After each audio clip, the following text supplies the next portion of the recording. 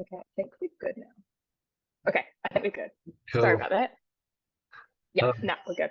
I want to show you that we have a third person in the call. Can you see it? Cool. Daniel's otter pilot. No, this is, I don't know if you know this, but it's actually pretty cool. Like it records the whole transcript of the call and like Wow, summarizes everything for it. So I don't know, it's quite cool. that's really cool. I had no So, idea. so I'll send that to you afterwards. Hmm. No, because I found out about it because I just had a chat with like my well, when we had like one of the like the surf missions down south, like the like a big wave day, and we had this like I met this like photographer from like Scotland or something. And anyway, then we had a he was pretty cool, and we had a chat the other day, and like he said he used the AI to help with his dyslexia. Anyway, so that's That's so interesting. cool. Yeah. Yeah, that's amazing. Technology's coming so far, eh? Hmm. But I don't know. Yeah, well, I wanted to talk about today. I don't know. I just hearing more about what you do, pretty much. Yeah, Cool. Hit me with questions. yeah. So, well, so first off, what do you do? What's your day? What do you do during your day job? Well, I'm a full-time uni student. I'm studying for a Bachelor of Science and Mm-hmm. I'm majoring in zoology. Mm-hmm. So that fills my Monday to Friday. Mm-hmm. And to make a bit of money to keep me afloat financially, I work for Chloe Learning. So I tutor primary school kids in maths and English. Mm-hmm. And I also work as an Uber Eats driver. So some of the students here in Dunedin might have seen me out and about working as an Uber Mm-hmm. Eats driver. Oh yeah, what do you deliver? Sea lions? Oh, I wish. I wish. No, they don't willingly get in the car, Dan. So Mm-hmm. no, I deliver food. No, that's cool. Definitely, it definitely helps with staying afloat.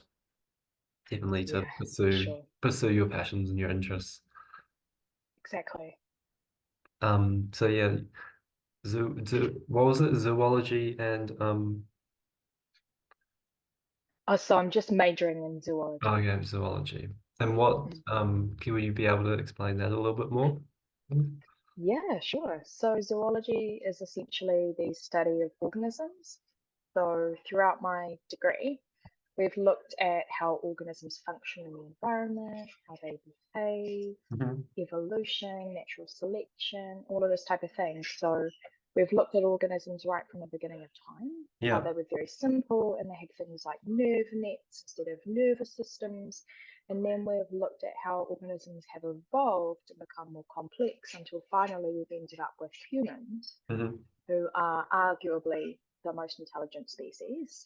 I Mm-hmm. say arguably because I don't necessarily believe that's true, Oh yeah. but because there's a lot of intelligent species out there, such as Mm-hmm. dolphins and some birds are really intelligent, Mm-hmm. and we know the elephants are really intelligent, and we know that sea lions are really intelligent. So yeah, that's essentially what zoology teaches you. Mm-hmm. And that's actually really interesting. You say like animals are the, well, I mean humans are not as intelligence because there's like different ways of measuring intelligence because it's like if you measure like compassion and stuff like that, like animals, you seem like you see them they're like just the same. Like with like animals, like just same as humans, like for example, like a mother, like I don't know, a dolphin or something. It seems like that. I don't know. What do you think about that? That is so true. I think it's not until the last decade or so that we've really understood how intelligent some animal species are. We know that orca, for instance, are really intelligent because they've exhibited behaviors that show that they understand their surroundings and they understand the relationship that humans have to them, that we are a threat. Hmm. And they've done things like capsizing boats because their ancestors have been killed by boat strikes. And dolphins exhibit this type of awareness as well. Hmm. They're very intelligent, they learn very effectively, as do sea lions. Years ago, they used to use seals, specifically sea lions, in the Navy, and they would teach these sea lions to go and detect underwater bombs and all sorts of things. So these animals are exhibiting amazing tools to learn and to be able to interact with their environment in a really effective way. And what animals tend to do is adapt to their environment, opposed to what we humans do, which is change our environment to suit us. I'd say as humans, we never used to do that, like, say, like 10,000 years ago. Yeah, yeah, we used to live, I think, more harmoniously with the earth. Certainly, hunters and gatherers did. Mm, Um, there's a great book by an Israeli philosopher called Sapiens. Can't remember his name, I'm sorry.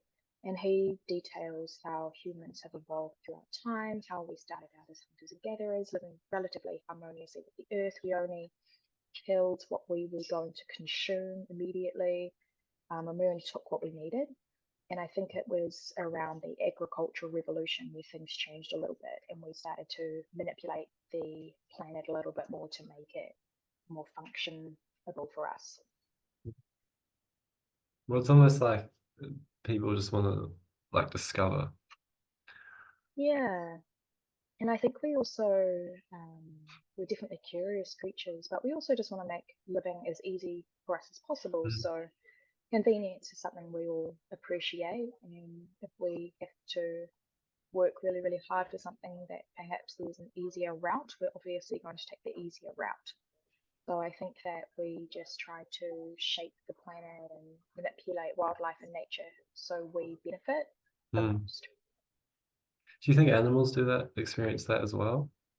Or you could say I don't, from your I research? think, yeah, I think to a degree, um, and certainly not to the extent that we do. I Mm, think that animals have proven their capabilities of adapting to changing climates and changing environments. mm, And if they can't, if they're not resilient enough, then they just die out. mm, For instance, animals won't go and build structures mm, like we do with concrete and that type of thing. They'll build mm, structures with flora, mm, um, and we change things. We have changed the pathways that rivers and lakes take, and we've changed here in Dunedin, where the ocean used to come to is mm, now Dunedin Township. So we changed where the ocean came to by changing the what am I going to say, the elevation mm, of our substrate. mhm, So I think, yeah, I think animals definitely can manipulate their environment, but not to the mm, degree that we do. We do it permanently, where they do it temporarily. For instance, mm, a beaver's dam, it's going to wash away, whereas we build dams with concrete. mm. So we make permanent changes, and animals make temporary changes. But like eventually, say in like thousands of or millions of years' time, that'll wash away. Hmm. Yeah, potentially, but who knows what that concrete's going to do and where it ends up and what that impacts. Mhm. Like It's you, not to say, you go. no, well, I mean, like it'll eventually wash away and then disintegrate. Yeah, one would hope. Mind you, though, I'm sure they said that about plastics once upon a time. I'm sure when Pardon? they were designing plastic, I'm sure they said that about plastics once upon a time, that it would Mhm, disintegrate and wash away. And we've now learned that 75 years after plastic mm. production initially began, that it lasts forever, it persists in the environment forever, and now we're discovering microplastics in human blood. So I Oh, think yeah. that while a dam made of concrete could potentially be dismantled and wash away, Mm, who's to say that it will in fact be biodegradable and mhm, not then have further implications on the environment? mhm. That makes sense. What do you think, like how much of an impact do you think that has, even like say the raising of the Dunedin harbour has on the environment, the local environment? Oh, great question. I don't really know about the Dunedin context, Hmm. about the impacts of changing the ocean Hmm. um, where it used to meet, Hmm. the township. mhm, But I know from doing research in my degree about the building of dams, for instance, it mhm, changes the migration patterns of fish. mhm, So it actually really impacts the flora and fauna within the ecosystem. mhm, Ecosystems are so finely tuned, and natural ecosystems are really well balanced. And when we come in and change something to do with the ecosystem, mhm, like building a dam, we therefore change the patterns of migratory fish. We therefore change the flora that can persist, um, because fish feces does sometimes work as a fertilizer for aquatic flora. So I think that whatever we humans do in terms of building a permanent structure, we need to consider what we're potentially going to be doing to the ecosystem. Yeah, so when you need to have the intention of like not going to just help yourself, but your environment and the people as well, you could say. Yeah, yeah. Mhm, It's always nuanced and multifaceted, and I think that some of the implications mhm, of our building structures mhm, are hard to predict. mhm, But there's a cost to everything when you are manipulating a finely tuned mhm, natural ecosystem mhm, by building structures. There are going to be implications. mhm. What they may be will be determined in the future, but that's what sustainability is about. It's about considering the circular system that the economy is and what implications we're going to have by going about living as we're doing now. Mhm. What topic do you think you are like is there a specific topic you have like that's you're most interested in research the most or like you're best at or something? Yeah. I'm fascinated by wildlife. Mhm, I'm fascinated by pinnipeds particularly, and pinnipeds are seals, including fur seals, sea lions, and walruses. mhm, Um, and leopard seals, they encompass the pinniped clade. I'm particularly interested by behavioral ecology. I'm mhm. fascinated by how animals interact with the world and how they interact with humans and with each other and that type Yeah. of. What like how do you research that? Like do you go on field trips or like lab works? Like how does that work? How do you I don't know. Yeah, if there's someone who like doesn't really know anything about that, how does that work? So we definitely look at evolution, behavioral ecology, and how animals function in the environment in my degree, in my Mm, zoology degree. I've had the privilege, though, outside of university, through my wee charity, Sea Society, to work with sea lions, which are our indigenous species here, or mhm, one of them. mhm, And sea lions are classified as endangered. mhm, They once were all across Aotearoa from Cape Reinga to Stewart Island. mhm, And then, as a result of sealing and Maori subsistence hunting, we eradicated them from mainland. And so a remnant population fled to the subantarctic islands where they set up. And then, out of the blue, bizarrely, a cow in 1993 shows up in Dunedin, Tairi Mouth, and gives birth to the first pup born in mainland New Zealand in over 150 years. And what made her return from the subantarctic islands to mainland, we don't know.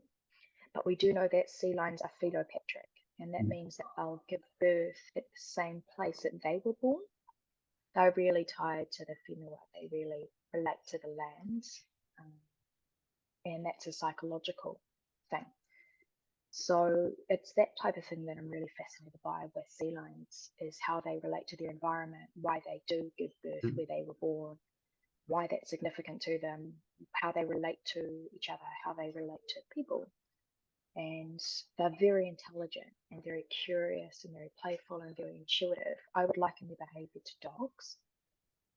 And, once upon a time, dogs were a foreign animal to humans, and then they became man's best friend because we learned how to interpret their behavior correctly. And I hope that one day we'll have a better understanding of sea lions' behavior through observing them. That's where behavioral ecology comes in. It's about understanding how these animals operate and how they relate to their environment and how we can live harmoniously with them. Wow, that makes more No, that's really interesting. That makes me really just want to like go hang out with sea lions. Yeah, yeah, they're so cool. Of course, when they're on land, they're not nearly as entertaining as when they're in the water. When Mm, they're on land, they have often come back from day-long foraging trips or mm, a day-long foraging trip, and they just want to sleep and mm, catch up with their whānau and friends. So that's their priority. They don't want to be disturbed when they're on land. mm, They want to sleep, they want to hang out with their buddies, they want to check in. But when they're in the water, they're really, really playful mm, and curious, more so than on land. And they're very agile, and we often see their delightful personalities come through with mm, certain sea lion individuals when they're coming around competing in surfing competitions mm. and showing up at picnics. And yeah, they're really, really curious creatures. Do you, well, yeah, no, that's, do you think, like, say, like how you say that you relate to animals or like sea lions that be like dogs, the intuitive, like, do you think, say, animals that people like are normally really scared of, like, I don't know, like a lion or a hippo or something, it's kind of like similar like that, like it would, I don't know, it'd be possible to relate to them more rather than just seeing them as like a really, really, or a shark, or like a really scary kind of thing, yeah. I think with relating to animals that we see as our predators, I think that fear leads a lot of our decision making, Mm, and fear clouds good reason, I think. I mm, think when you're afraid of something, your instinct is not to think logically, but to either freeze or run, or what have you. mm, And we know that, yes, we are technically prey of lions and things like that. So I mm, absolutely understand the fear. I mm, wouldn't be delighted if I came face to face with a lion, mm, knowing that we are potentially their prey. Not their ideal prey, but they will eat us. So I would just stay out of their habitat, respect that it's their habitat. When mm, it comes to sea lions in particular, we're not their prey. They mm, have no interest in us whatsoever. mm, Throughout my research, I have not uncovered a single case of a sea lion killing a human. mm, They're not interested in eating us, but they are interested in finding out what we're about and who we are. So I think that before you enter the water with sea lions, you just need to do a little bit of research about how to interpret their behavior to distinguish whether they're being aggressive or playful. Often their aggression is their playful, mm, but to us, because they're so much bigger than us and they're so much more capable in the water, it can be really intimidating, and we mm. can respond in a way that then aggravates the situation or escalates the situation. Um, so I think that we just need to separate the fear and try to remain calm and remember that when it comes to sea lions in particular, we're not their prey. Yeah. No, so yeah, like say like for a surfer, they just make sure that you kind of understand how they work. Well, how do you interpret aggressive behavior to like playful behavior? You say. Yeah, that's a tricky one if you haven't had much exposure to sea lions, because what we consider aggression is more than likely them exhibiting playful behavior, and that can be them um, ejecting themselves from the water or consistently nudging your surfboard or nibbling on your wetsuit or something like that. Mm, Um, I think it's just key to remember remaining calm is the most important thing. They always get bored of you if you mm, don't give them anything back. They really just want a bit of attention mm, and a bit of energy returned. So the last time I was in the water with sea lions, I was surfing, and there was a young bull that came around who was really curious. And they're really intuitive. I was in the water with a friend who doesn't have the experience with sea lions that I do, and he was frightened and he froze upon seeing this bull mm, coming by. And the bull sniffed us and evidently was just curious. But then, as dogs do and sea lions do, they sense fear, and this bull sensed fear in my friend, and so tried to elicit a reaction from my friend by ejecting itself out of the water and burying its teeth. mm, And I just said to my friend, just keep your eyes on me. Don't worry about it. He will get bored and he'll go. And as I predicted, the bull did just leave. He grew bored. He didn't get a reaction from myself or my friends, so he just went away and Mm. continued to have fun with his sea lion pals. And I think that's probably what it is. It's often a case of maybe a mistaken identity as well. Certainly when we're in wetsuits, sea lions think that perhaps we're another type of seal and think that they can play with us as they would another sea lion. And typically they play quite rough with Mm. other sea lions. I think it's just a case of them being extraordinarily curious, playful, and even mistaken identity on occasion. Well, it sounds like you help your friends out a lot there. Oh, he was pretty good. He didn't do anything, um, but he was definitely very fearful Mhm. and was sort of looking at me going, "Oh my God, what do I do? What do I do?" And I just said to him, Mhm. "Just remain calm. Don't give the bull anything. Mhm. Don't do a thing. Just stand still." And that's the best way to do it, I think, is just to remain calm, remain still. And if you do feel unsafe, just leave the water for a time. But typically, they just want a reaction, so and if they don't get that reaction, then they just leave. They seek entertainment elsewhere. What is this? What do you think is the scariest situation you've had with sea lions? I get asked this question a lot. Why sea lions? Oh, okay. What about? Because it can be any sort of animal then. Or what about the scariest situation you've just been in general? Is that relate? Is that? Or maybe actually, sorry, rephrase that. What do you think? What got you interested in just animals and want to do zoology? I've always loved animals. Mm-hmm.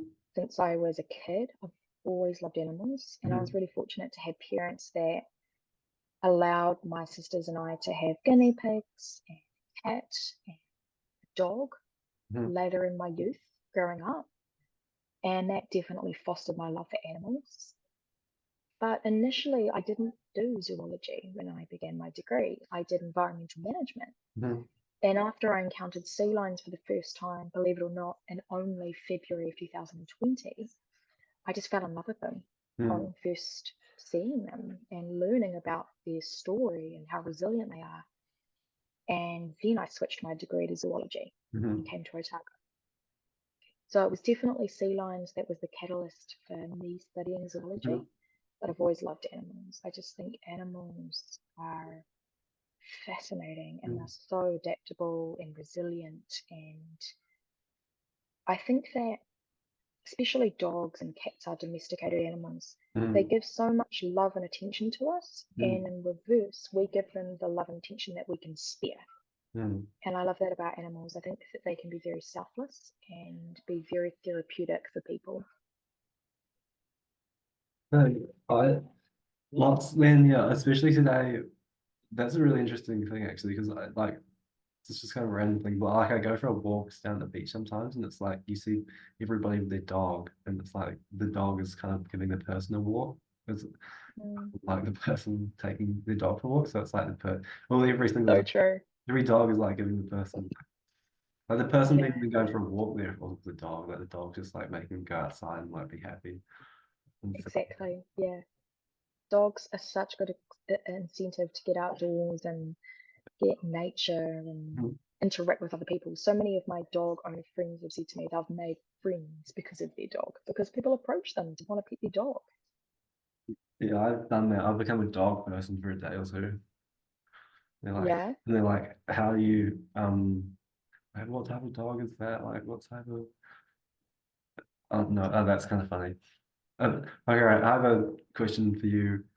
So, like, say you were a sea lion, like, what would your typical day look like? Oh, great question. Well, it's different for boys and girls. Girls, sea lions, we call them cows. They are more than likely fostering a pup or nursing a pup. If it's this time of the year, they'll be nursing the pup, Mhm. which means that they'll be going out and foraging until they can get their fill. That Mhm. might be within one day or it might be within days, depending on whether they're off mainland Aotearoa or in the Subantarctic Islands. So depending on food availability, they'll go out and forage, get their fill, and then they'll come back and care for their pup and be with their pup and feed their pup. And their milk is very, very rich. So over this period, while they are also trying to grow another embryo, they put their embryo on pause, Mm. and that's called embryonic diapause, so that they can invest all their energy into their pup, Mm-hmm.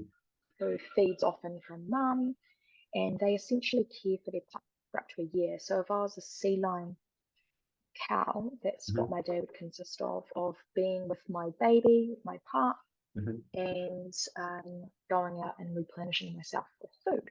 Mm-hmm. If I am a male sea lion, Mm-hmm. I am being boisterous, I'm play fighting with my bros, I'm maybe holding a harem with some cows, I'm maybe foraging and playing in the water, and it's a good life. I think it's a pretty good life being a bull. Being a cow is hard work Mm-hmm. in the sea lion world. You say you go for a cow, you go hunting and foraging. What do you typically look to eat? Sea lions on mainland, they consist on jack mackerel Mm-hmm. and barracuda and that type of thing. Mm-hmm. So food, according to the studies we've done, is quite plentiful here on mainland Aotearoa, and sea lion cows typically are diving about 20 meters and about 20 meters from shore. Mm-hmm. So, sorry to clarify, 20 meters depth, 20 meters from shore is the typical Mm-hmm. foraging range. Versus sea lion cows in the Southern Pacific Islands, they are living on squid, Mm-hmm. and squid's not very nutritional for them, so they have to consume a lot more food. And because of the fishery operation down there, they are foraging to depths of about 600 meters, and that is completely exceeding their calculated aerobic dive limit Mm-hmm. by about 60%, which means they are exerting more energy foraging than what they're actually gaining from their foraging trips. Yeah. Um, what do you think, like, say, like, it's possible for like humans to play with sea lions? Like, what do you think about that? Like, For humans to what, sorry? like say, like, play with sea lions, like, say that Oh, play. you're like a dog, you're a dog or something, even though they live in the wild, like, how does that work? Like, is that safe, or like, is that like, would they want to as well, like, say you just want to engage with them, yeah. I would strongly discourage humans attempt to play with sea lions, Mm-hmm. because sea lions are so much more capable than us in the water, especially. Mm-hmm. And they're also quick on land, and they're Mm-hmm. also so much larger than us. Mm-hmm. You know, the largest bull can weigh up to 450 kgs. The largest cow can weigh up to 160 kgs. So while they don't ever act with malice towards us and wouldn't intentionally try to hurt us, Mm-hmm. I think that it would easily go wrong with humans to try to interact with them in that way, because the way that they play with each other is aggressive. Mm-hmm. They sort of nick each other and sort of throw each other around on the beach, and that's all formative behavior for them. That's healthy, normal behavior for them. But if they were to do that to us, we'd get seriously hurt. Mm-hmm. So, yeah, I don't think there's a world in which we can safely play with them, but I think there's a world in which we can very much harmoniously live with them. Mm-hmm. Just respect them. Yeah, just give them their space. Mm-hmm. Because I don't think they really have much interest in playing with us anyway. I think they're Mm-hmm. more curious about what we are and who we are, Mm-hmm. rather than actually spending much of their time playing. I think initially they try to provoke that reaction with their playful Mm-hmm. nature and behavior, but I don't think they have much interest in us, Mm-hmm. really. I don't think they really care Mm-hmm. about us, which is humbling. Yeah, yeah, that makes sense.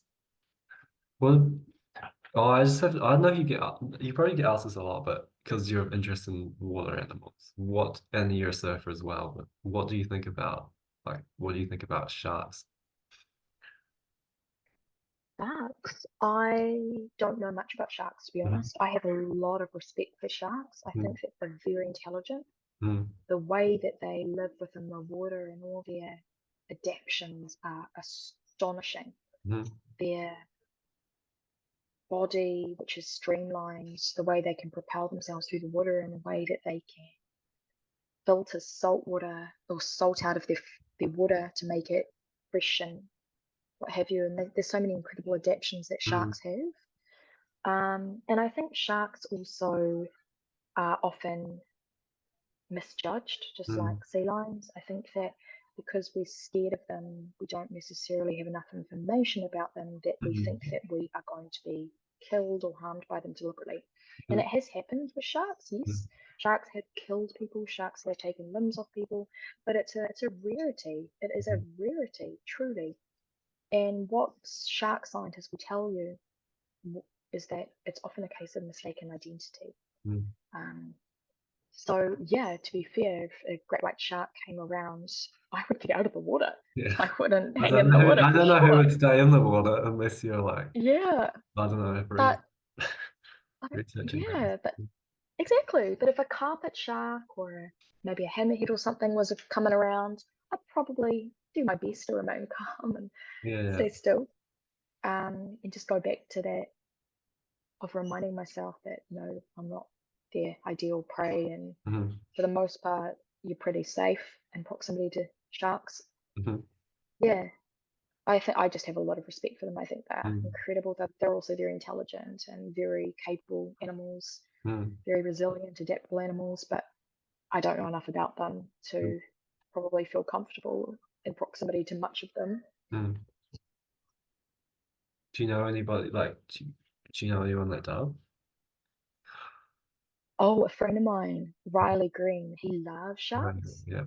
Hmm. and he's currently over in Australia, I think, studying sharks. Hmm. And there's another guy, also named Riley, who is a shark expert who gained his PhD on sharks. Hmm. And he is amazing. He is really pioneering shark research and getting it out there in a palatable way that everyone can relate to and engage in. And I think,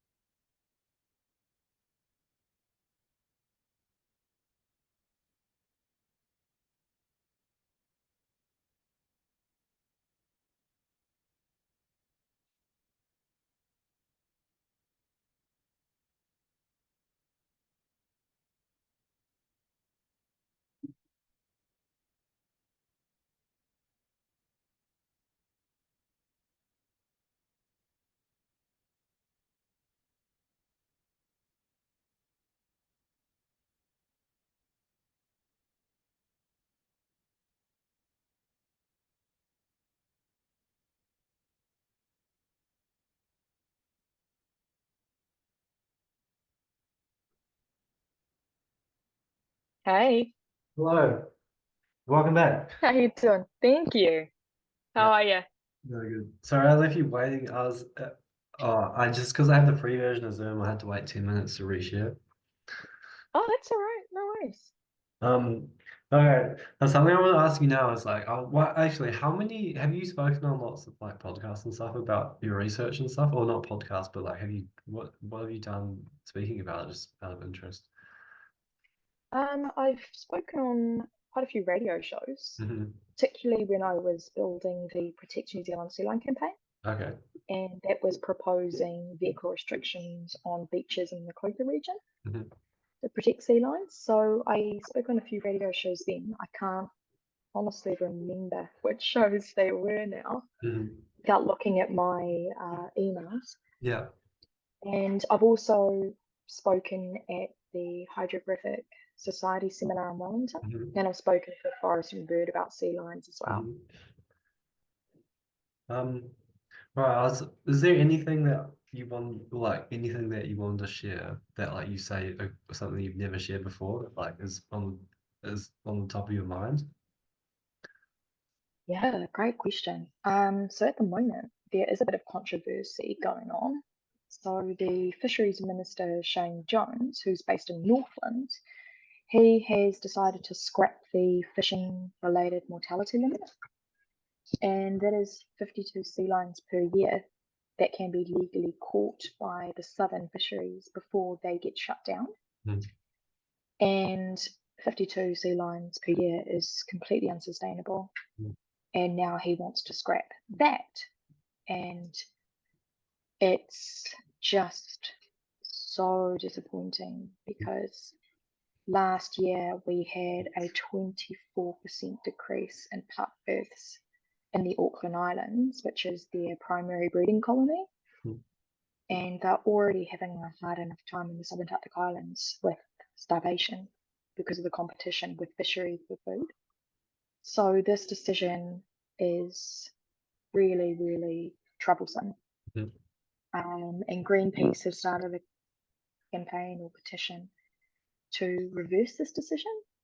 And I would highly encourage everyone listening to please go on Sea Society or Greenpeace, and the link for the campaign and petition is there. The implications of getting rid of the fishing related mortality limit is that it will enable fisheries to fish in southern waters without any responsibility towards protecting sea lions. It will absolve them of all of their responsibilities. And that means that the starvation, which is an indirect result of fishing, Hmm. and the bycatch, which is a direct result of fishing, will not fall back on fisheries. It also empowers people who don't care about sea lions to behave with reckless abandon and even malice around them. And in the last decade, we've seen a really worrying number of shootings, stabbings, and vehicular collisions with sea lions. And their population is so small that they really cannot withstand these deaths, particularly deaths of a cow. And the cows are the bedrock of the population. If you kill a cow, you're going to kill 3 individuals. That is the pup that she's undoubtedly carrying, the pup back wherever she squirreled it away, and her. So please, everyone go onto Sea Society or Greenpeace and click the link and sign this petition. Greenpeace aren't asking for any money, they're just asking for your name and your email address, Mm-hmm. and add your voice to the chorus of people who are demanding Shane Jones listen to science, listen to Mataranga Māori, and do the right thing. I better head there now. No, thank you for sharing What that. is it? No, I better head there Oh, no now. worries. No, thanks for sharing it. Yeah, please. No, that's really. Truly, in situations like this, every single person matters. Every single vote matters. Mm. You may think as an individual you don't have much power, but an individual can do so much. Um, and this is not a humble brag. This is just to suggest that we individuals have power. You know, the campaign that I started in the Clutha region, I saw a sea lion being harassed on a beach by a car Mm-hmm. in May of 2020, and I didn't like what I saw. And I knew that they were an endangered species, I knew that they were endemic. So I went and did everything I could within my power, ethically, morally, financially, to have vehicles restricted on beaches in the Clutha region. And there were no laws in place. You could drive your vehicle at any speed on any beach in the Clutha region, and I managed to change the law and I got the ball rolling. But I wouldn't have been able to achieve anything without all of the support that I gained. And people were amazing. They came out and supported me and voted and did all that they could. And so one individual can get the ball rolling, but many, many people then can join and find their community and actually enact change.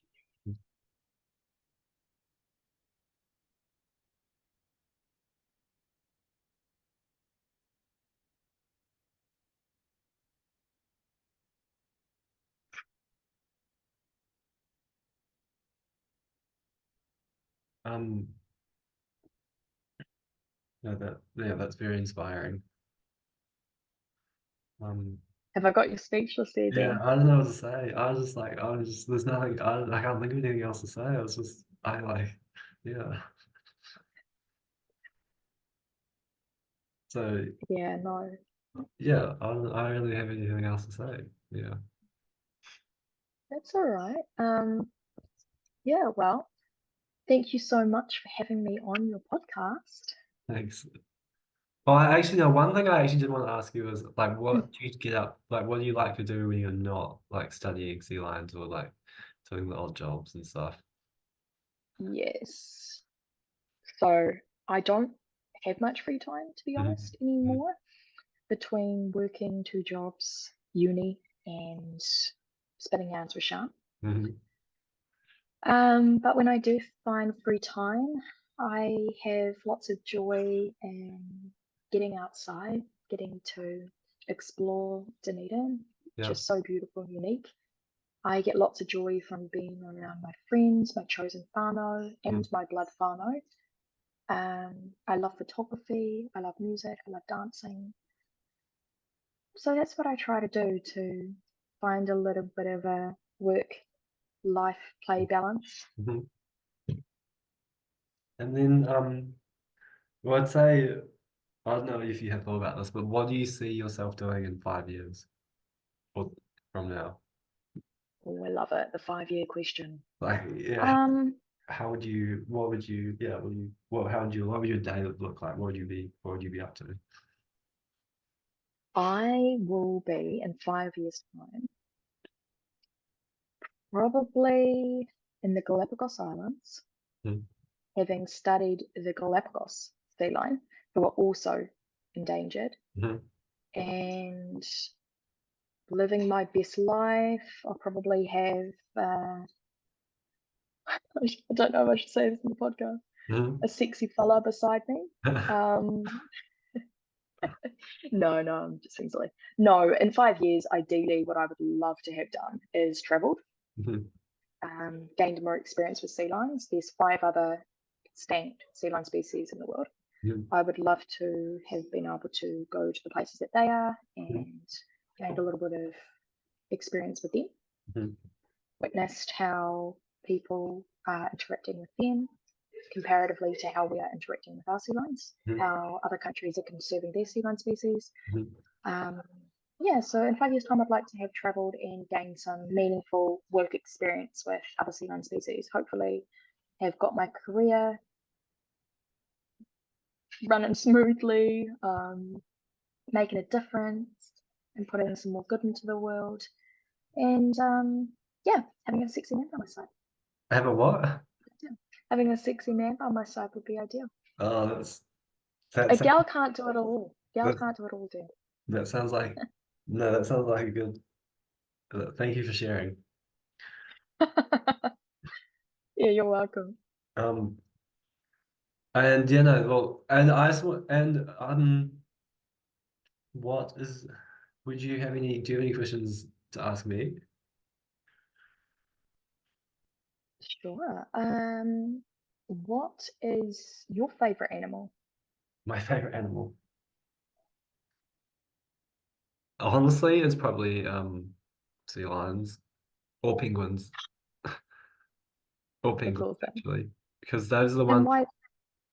Sorry, those are the ones oh, as a surfer living in South Island, New Zealand. Those are the ones I interact with the most, Mm, which are penguins and sea lions.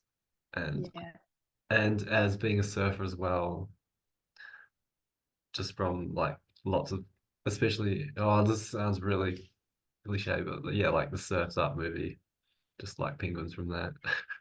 gotta love it. Yeah, yeah. It's a good movie. It's a good movie. That's awesome. But yeah, and yeah, actually as a surfer as well, just hearing like it's really cool talking to someone that actually like, or you could say knows, has knowledge on Mm, sea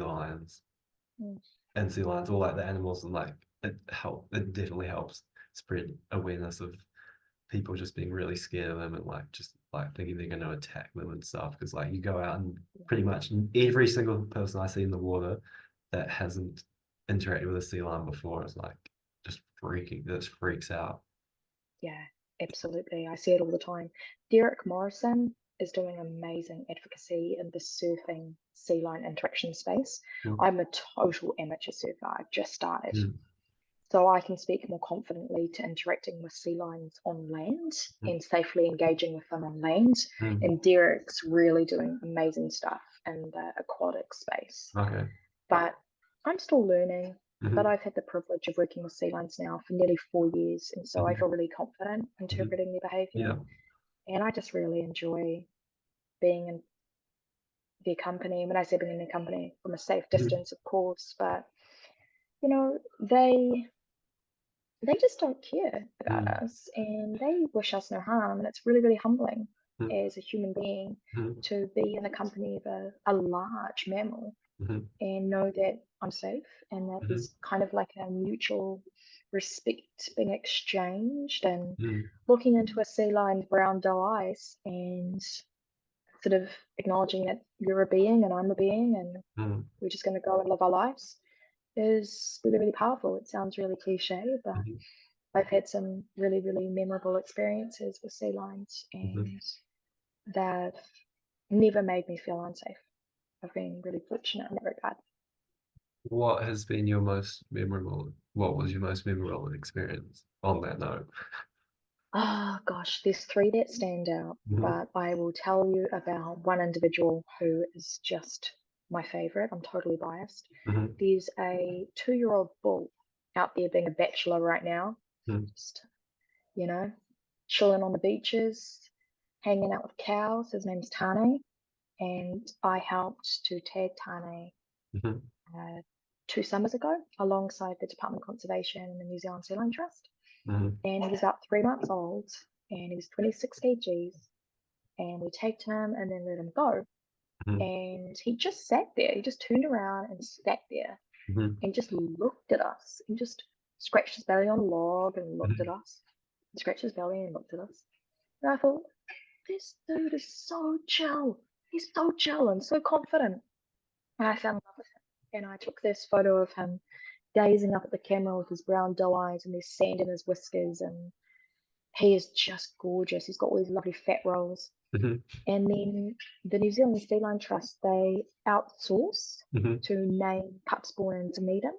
And I got asked to name their bull. Hmm. And I said, oh, can I please name this specific bull? Hmm. And so I got to name this little fella Tane. Hmm. And then I've seen Tane several times since, and he's Hmm. growing up to be a beautiful bull, and he's very individualistic, like they all are. Tane's very, very placid, very um, relaxed, Hmm. nonchalant. He's a lovely, lovely little guy. And then, memorably, I got the call to go and help tag a pup this season, Hmm. and she happened to be pup number 31. And of all the pups that were left untagged, she was Tane's little sister. Ah. And that just could not have been more meaningful to me. Hmm. Um, I'm just keeping it in the whānau, Hmm. so that was really cool. Hmm. Yeah, so that would be my most fond memory. I reckon no, that sounds really like kind of really calming show. I reckon my one memory I have with sea lion is like kind of the opposite of this, but it was still kind of funny. Oh no way, tell me. So this was actually diving. It was diving. I was diving with a couple of friends in the harbour, just in the harbour in Dunedin, and then we were kind of like really close to the beach, like kind of in this rocky area. And I was like, well, I remember I was like kind of had enough of the diving, and then like my two mates were still in the water diving. Like, so you're in the water, you're looking down, you can only see like just in front of you. Mm. And then I just see, I was like just sitting on a rock, kind of watching, and then I just seen from the distance, and I see this is a huge sea lion, like this big shape, like what would be probably a big bull or something. It's just Yes. coming in the water towards us, and then I just see like my mate who's like out in front, and it just like comes up like pretty much like it looks like it would have just like swum underneath him, and he's just like just kind of just like freaked. But anyway, like because I know what it's Oh, like that's like that, amazing. and it's like if Yeah. something comes up to you in the water, it's like real scary anyway. But like just watching it, it was really funny. Yeah, they don't respect personal space. Mm. And then Yeah. Oh, and that's then it awesome. and then it ended up catching, and then we had like some fish we caught, and then it ended up stealing all the fish and then leaving. Mm. Mm-hmm. So So that's Yeah, well, yeah. So fair enough. I mean, we caught some food for it. the ocean is their supermarket, man. Yeah. They don't have any other alternatives.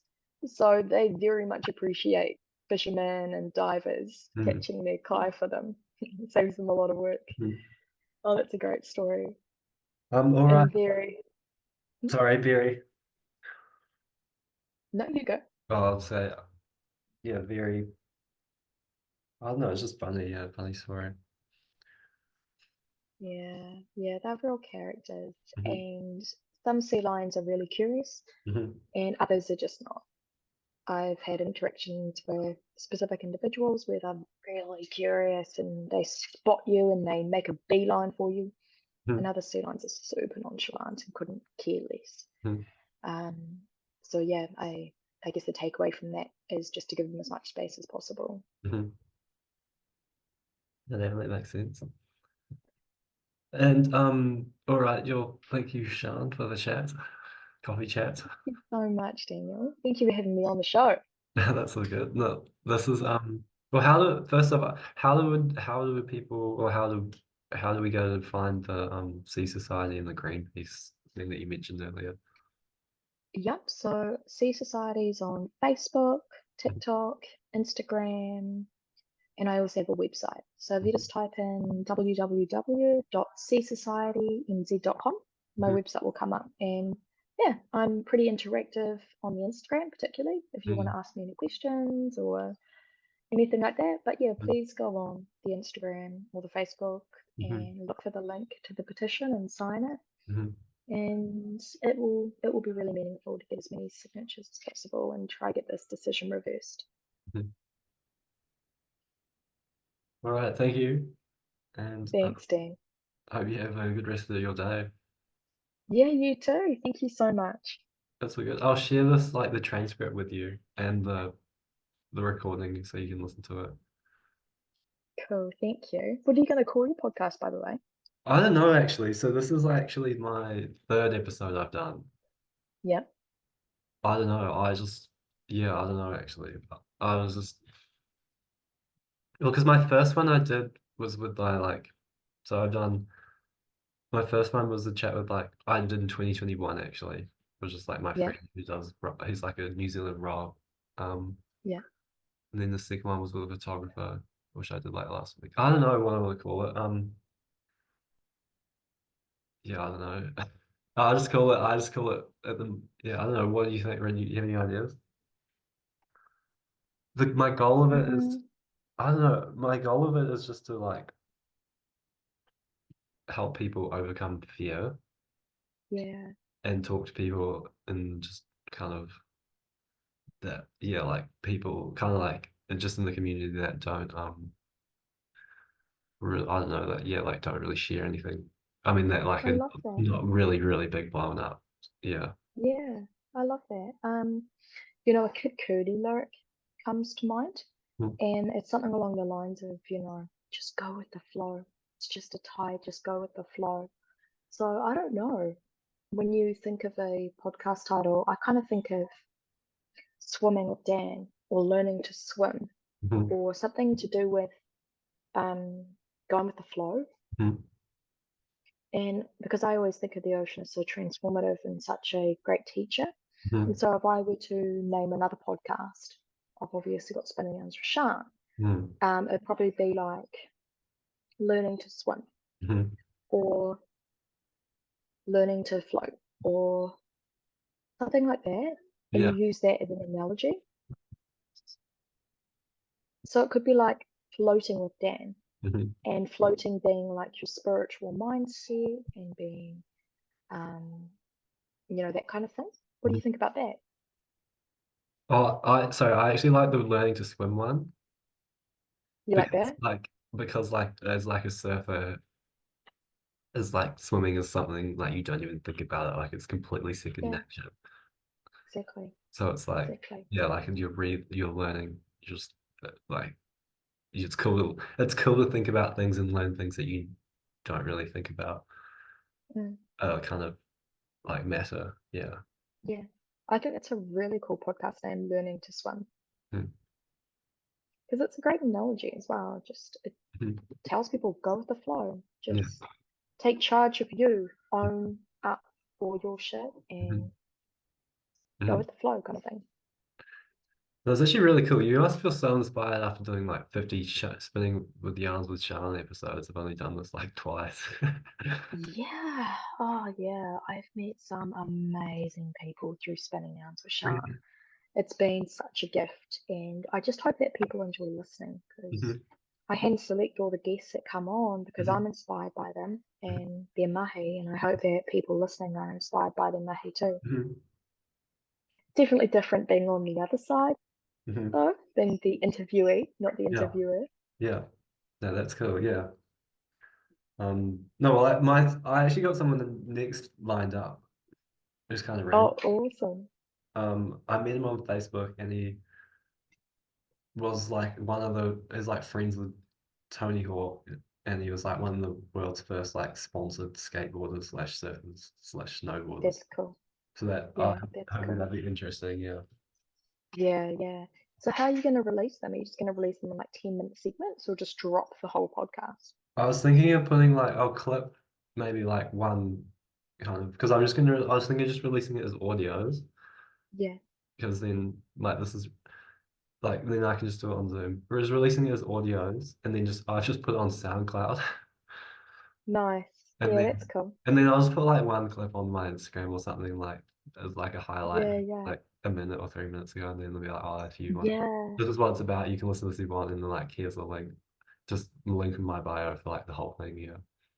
that's an awesome idea. That's what Jay Shetty does, and I listen to his podcast on purpose, and he Mhm. just drops like a juicy soundbite in Mhm. his Instagram feed, and that piques everyone's interest. Mhm. And then he also generally posts like a photo of his interviewee, and then people Mhm. can just go and listen to the whole podcast. Mhm. Okay. Yeah. Oh, that's awesome. Oh, yay, learning to swim with Dan. Yeah, that's actually a real yeah, thanks. Yeah. Oh, you're welcome. I think it's a really good name. Mhm. All Well, right, I have to go and cram for an exam tomorrow, mhm. but thank you, and I'm sure I will see you soon. Good luck. Yeah, good luck for your exam. Thank you. Yeah, I'm a bit nervous. All right. All right. Bye. Cool. Thanks, Dan. See you. Bye.